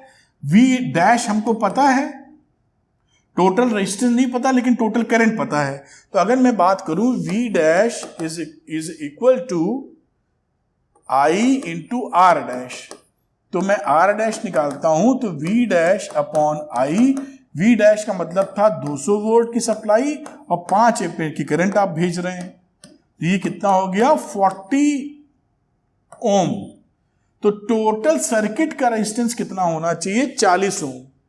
इसका रेजिस्टेंस ऑलरेडी 20 ओम है, तो 20 ओम और लगा दो, तो R डैश कितना हो गया, R माइनस 20 जो पहले था, तो 40 में से 20 चले गए और ये 20 ओम का रेजिस्टेंस आपका और लगा दीजिए। This is your answer.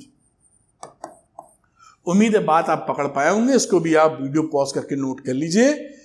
अच्छा सवाल है, ऐसे सवाल आते हैं। क्या इसमें लॉजिक लगा है, पहले हमने R निकाल लिया इसका।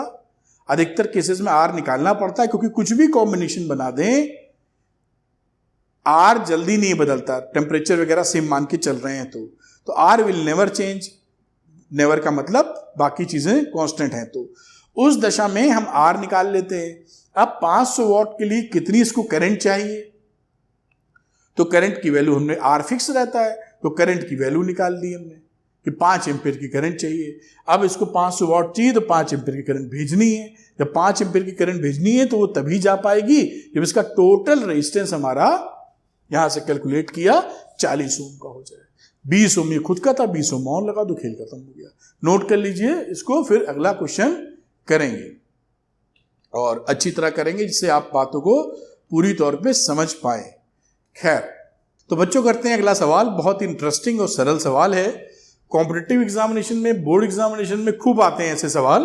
तो देखिए इसको करके मैं दिखाता हूं, बहुत ही आसान। There are 2 electric bulbs rated 60 watt and 110 volt and 100 watt 110 volt. 2 bulb हैं, उसकी पावर रेटिंग दे रखी है। They are connected in series, ये दोनों के दोनों इस तरीके से सीरीज में कहीं कनेक्ट कर दिए गए हैं। 220 वोल्ट की सप्लाई दी गई है इनको, जिससे कनेक्शन किया गया है। ये है 60 वॉट 110 वोल्ट और ये है 100 वॉट एंड 110 वोल्ट की पावर रेटिंग। पूछ रहा है कि will any bulb fuse, and उसके आगे है what will happen if they are connected in parallel with the same supply. ठीक है, वो तो पैरेलल की बात तो बाद में है, पहले हम लोग सीरीज में देखेंगे कि ये बल्ब फ्यूज इनमें से कोई होगा कि नहीं होगा। देखिए बल्ब को फ्यूज होने का मतलब क्या है, मोटे तौर पे या प्रिसाइसली आप बोलें, ये फिलामेंट या बल्ब जलते ही किसकी वजह से, joules law of heating, heat up होते हैं और रोशनी देते हैं। I²RT हमारी वैल्यू होती है जूल्स लॉ ऑफ हीटिंग के हिसाब से हीट की। R इसका फिक्स है, TV पावर की बात कर रहे हैं तो 1 सेकंड की बात हो गई। तो जिसमें करंट पावर रेटिंग के हिसाब से जो करंट की वैल्यू होगी उससे ज्यादा करंट अगर इसके अंदर चली गई तो ये जल जाएंगे, क्योंकि उसमें जूल्स लॉ ऑफ हीटिंग के बेसिस पे ज्यादा हीट प्रोड्यूस होगी और फिलामेंट जल जाएंगे। तो पहले तो हमें ये निकालना पड़ेगा कि आखिर कितना कितना करंट ये दोनों झेल सकते हैं, मैक्सिमम लिमिट, और इनका रेजिस्टेंस क्या है, फिर आगे बात करते हैं। तो चलिए फर्स्ट ऑफ ऑल बात शुरू करते हैं। ये देखिए, ये दे रखी है P1 की वैल्यू और ये दे रखा है V, दोनों में V है तो V ले लो। मैं I1 निकाल रहा हूं तो हो जाएगा P1 अपॉन V। P1 कितना है 60 वॉट, वोल्टेज कितना है 110, इसकी वैल्यू आ जाएगी करीब करीब 0.55 एम्पियर।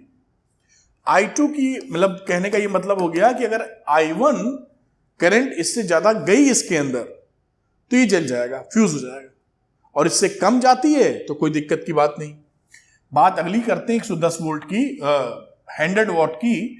तो 100 अपॉन 110, इसको सॉल्व करोगे तो वैल्यू करीब करीब आ जाएगी 0.91 एम्पियर। ये तो हम लोगों ने निकाल ली करंट की वैल्यू जो ये झेल सकते हैं या मैक्सिमम लिमिट। अब इसके रेजिस्टेंसेस को भी निकाल लेते हैं। रेजिस्टेंसेस के लिए अगर मैं R1 की बात करूं तो R1 को आप लिख सकते हैं V upon I1, V is equal to IR लगाते हुए। V हमें पता था 110 वोल्ट, I1 के लिए करंट निकाल चुके हैं 0.55 और ये वैल्यू आ जाएगी 202 ओम के आसपास। इसको आप सीधे पावर रेटिंग से भी निकाल सकते हैं, V² अपॉन R वाला जो फॉर्मूला होता है उससे भी निकाल सकते हैं, यही वैल्यू आएगी, कोई इसमें तकलीफ नहीं। ये जो होती है ना V is equal to V² upon R, इसमें भी वैल्यू पुट कर देंगे तो R यही आने वाला, कुछ चेंज नहीं होने वाला।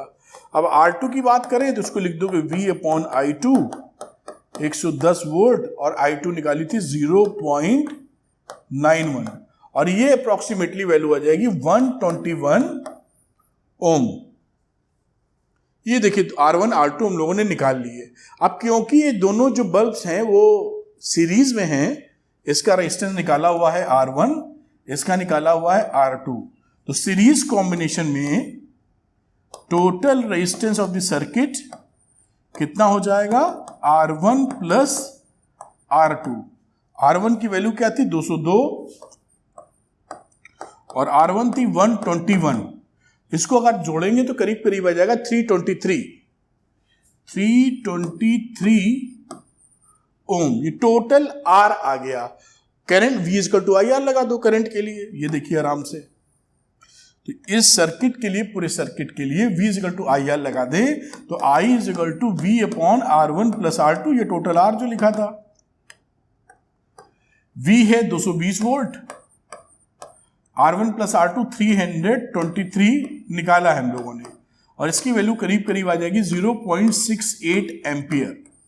अब देखिए यहीं से क्लियर है कि ये जो हमारे दो, मैं थोड़ा स्क्रीन नीचे करता हूं दिखा सकूं, शायद दिख जाएगा। अब देखिए इसमें जो करंट इस समय जा रही है वो 0.68 एम्पियर की करंट है। ये पहला वाला बल्ब झेल सकता है 0.55 एम्पियर, उससे ज्यादा करंट डाल दी इसमें तो ये फ्यूज कर जाएगा। दूसरा वाला 0.91 तक झेल सकता है और 0.68 उससे कम है तो कोई प्रॉब्लम नहीं है। तो first bulb of 60 what will fuse, bulb of 60 what will fuse. क्यों फ्यूज?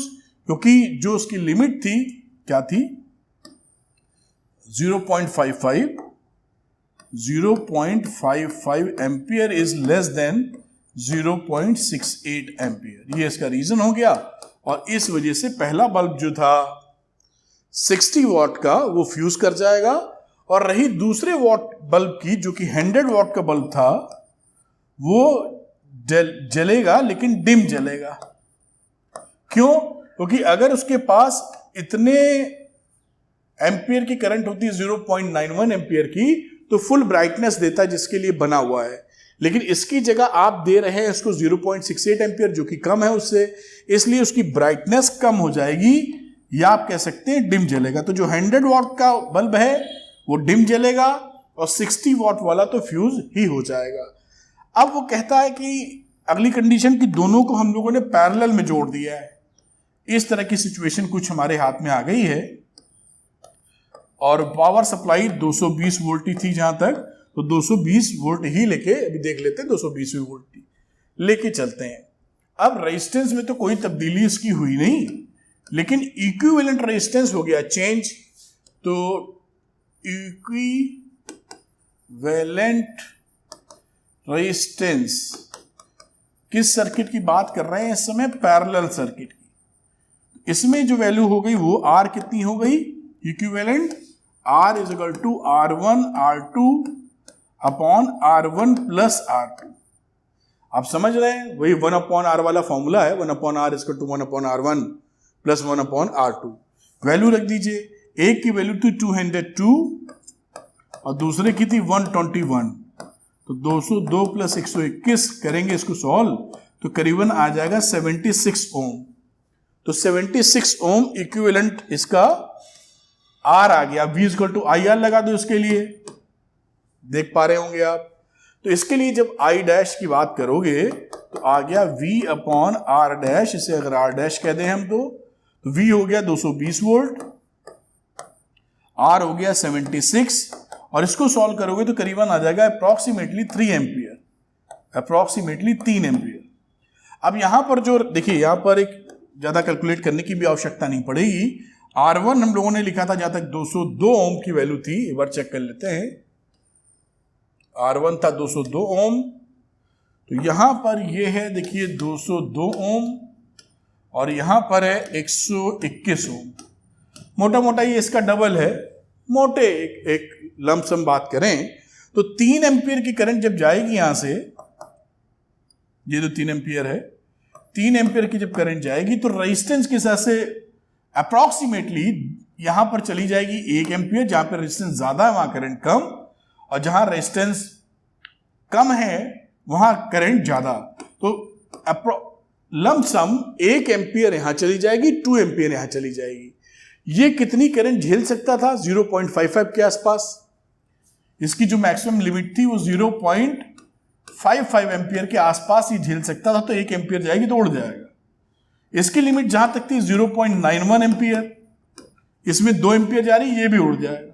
भाई ये इतना झेल सकता है, इससे ज्यादा एम्पियर करंट चली गई।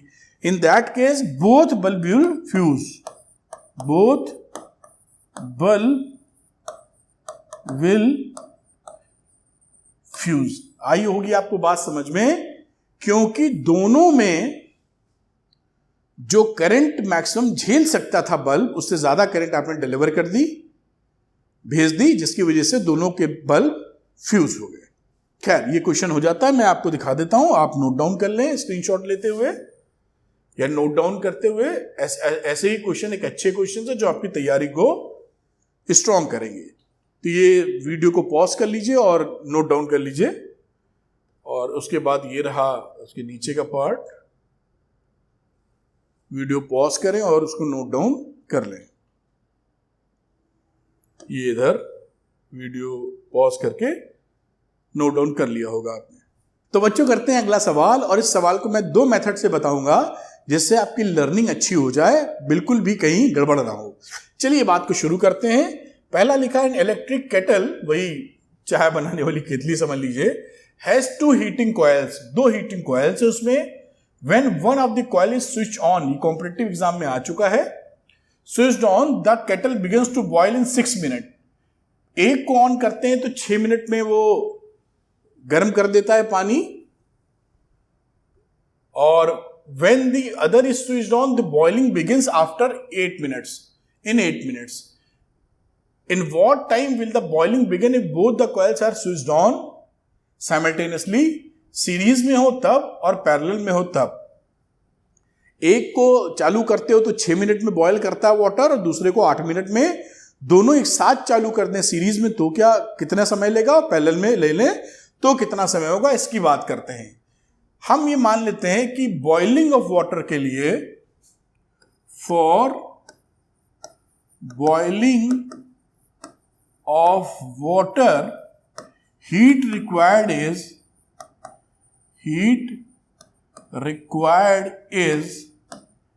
H। भाई पानी को बॉईल करने के लिए जो हीट का रिक्वायरमेंट है वो H है, और साथ में जो रेजिस्टेंसेस हैं पहली कॉइल का, resistance of first and second coils are R1 and R2।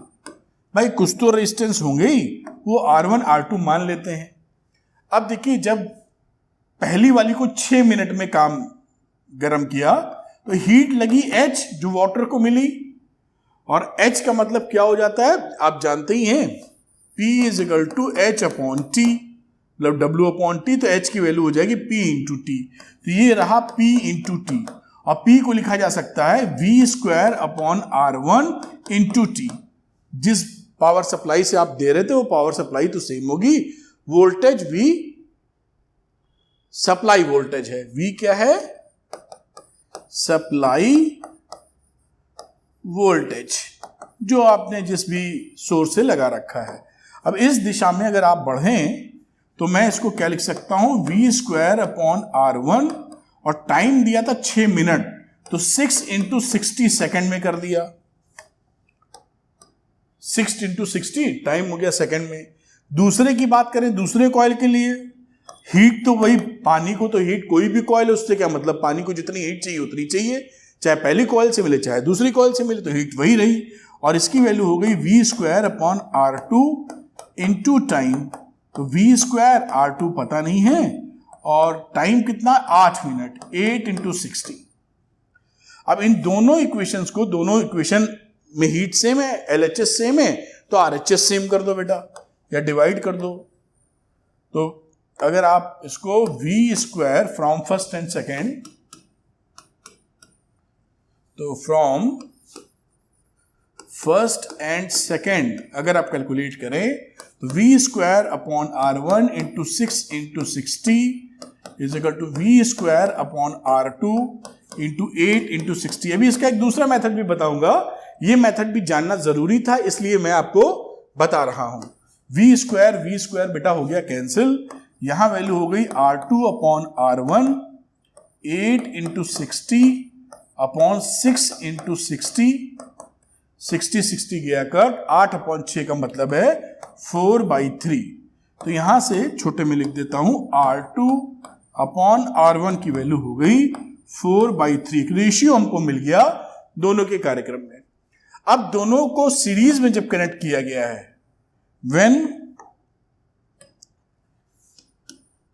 when both coils are in series, उस सिचुएशन में इफेक्टिव रेजिस्टेंस क्या रहा? Effective resistance R1 plus R2। भाई सीरीज में है तो रेजिस्टेंसेस तो R1 प्लस R2 ऐड हो जाते हैं, उसमें कोई तकलीफ की बात नहीं। अब मान लेते हैं कि जो वाटर की बॉइलिंग है वो T1 मिनट बाद स्टार्ट होती है। Let water takes T1 minutes to boil. भाई हीट तो उसको वही चाहिए होगी ना।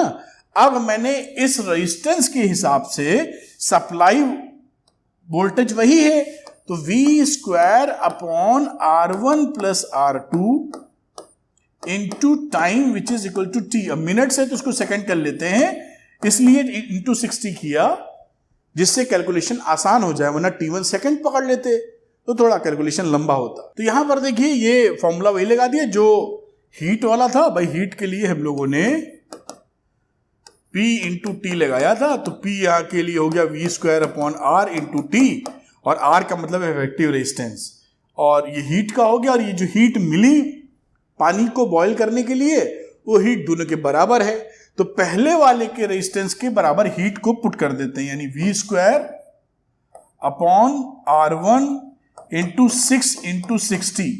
ये दोनों सेम हीट के बराबर थे। बात समझ में आई होगी। जब दोनों को सीरीज में लगाया तो पानी को तो हीट से मतलब है, चाहे सिंगल आदमी दे या डबल आदमी दे, क्या फर्क पड़ता है।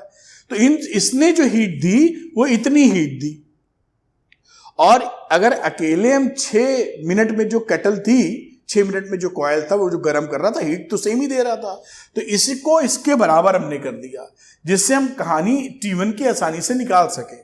अब देखिए V स्क्वायर और V स्क्वायर हो गया कैंसिल। आगे बात करते हैं।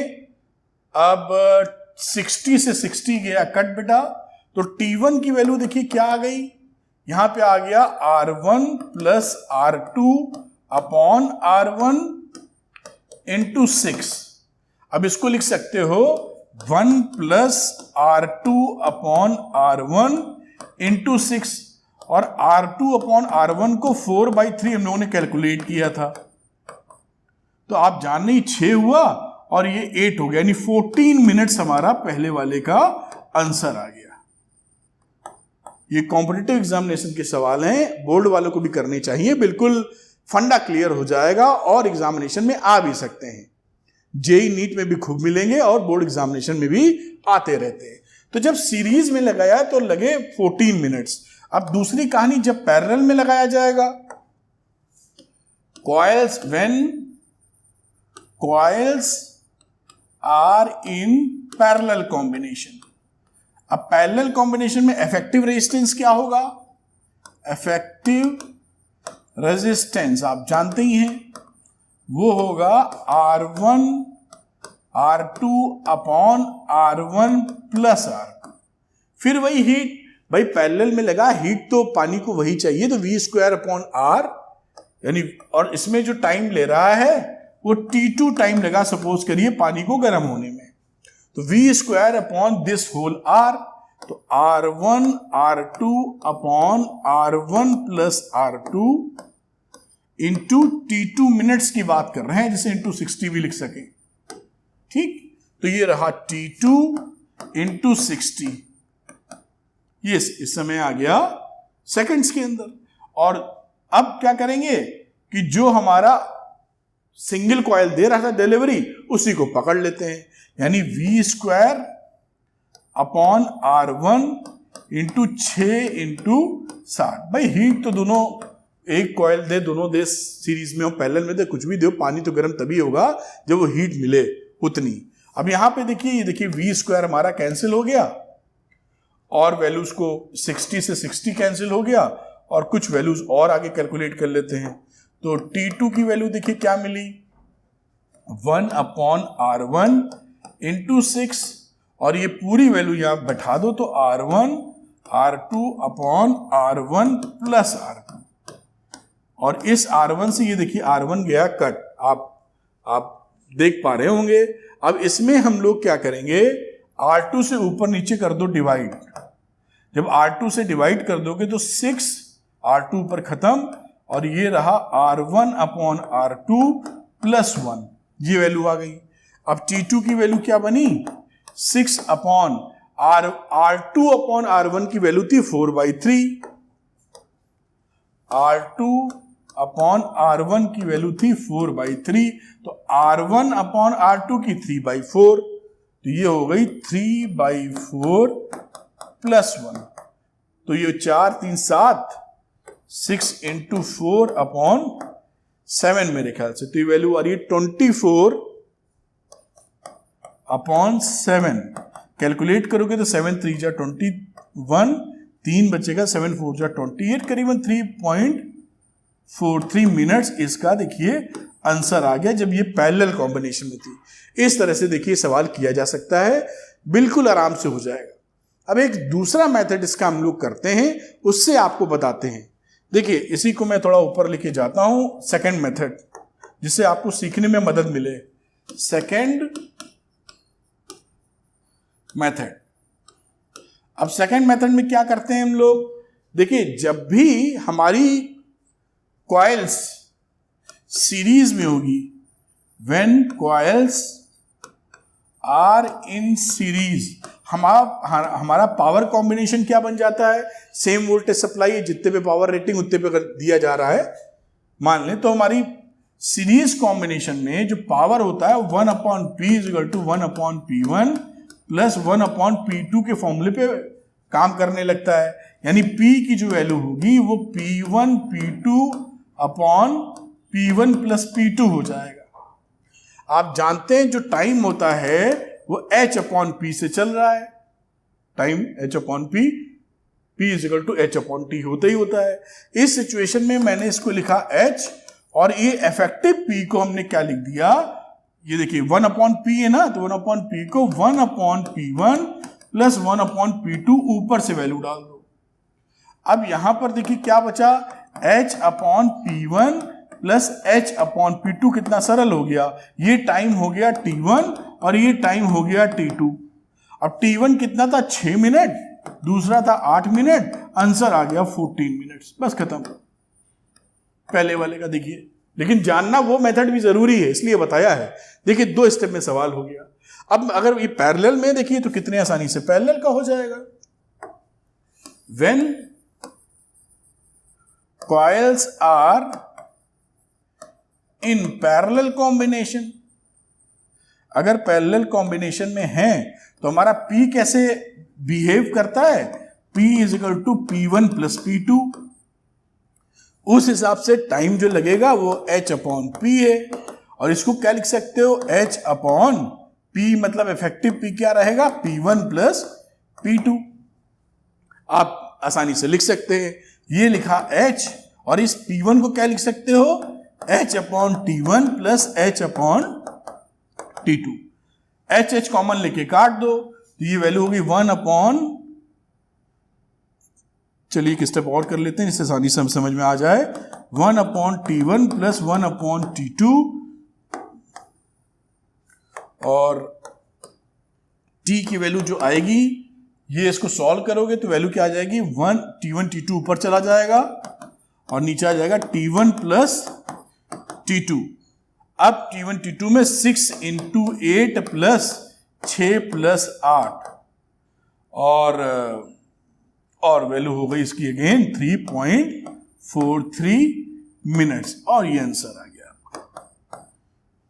इस तरह से इसको किया जा सकता है। मैं ऊपर से दिखा देता हूं, दोनों ही मेथड इंपॉर्टेंट है। दूसरा वाला काफी छोटा देखने में लगता है, लेकिन पहला वाला जरूरी है, इसलिए मैंने आपको बताया, जिससे कहीं भी कोई अटकाव की स्थिति ना रहे। तो वीडियो को पॉज कर लें और इसको स्क्रीनशॉट या नोट डाउन कर लें, फिर मैं इसको ऊपर ले जाता हूं, फिर इसको नोट डाउन कर लें पॉज करके, बेटा कर लिया होगा। फिर आगे की बात करते हैं, फिर वीडियो को पॉज करें और नोट डाउन कर लें बेटा। करने के बाद यहां फिर चलते हैं और फिर ये मेरे ख्याल से दोनों मेथड थोड़े आ ही गए हैं, इसको नोट करें आगे फिर, और ये पूरा चीज़ क्लियर यहाँ तक हो जाती है। तो आपने देखा कि ये पूरा वीडियो लेक्चर, आपको किसी तरह के कोई सवाल आपके आ जाए नीट में, जेई में, बोर्ड्स में, आपके गलत नहीं हो सकते। बल्ब को लेके जो भी स्थितियां बनती है सब मैंने क्लियर कर दी। थोड़ी प्रैक्टिस कीजिएगा, एकदम सुपर शॉर्ट तरीके से आपका फंडा क्लियर हो जाएगा। उम्मीद करता हूं कि वीडियो लेक्चर काफी इफेक्टिव और लर्निंग से भरा रहा होगा। बस आप सीक्वेंस में वीडियो लेक्चर को देखते जाइए, जिससे आपके कॉन्सेप्ट सुपर स्ट्रांग हो जाए। Thank you very much, wish you all the best.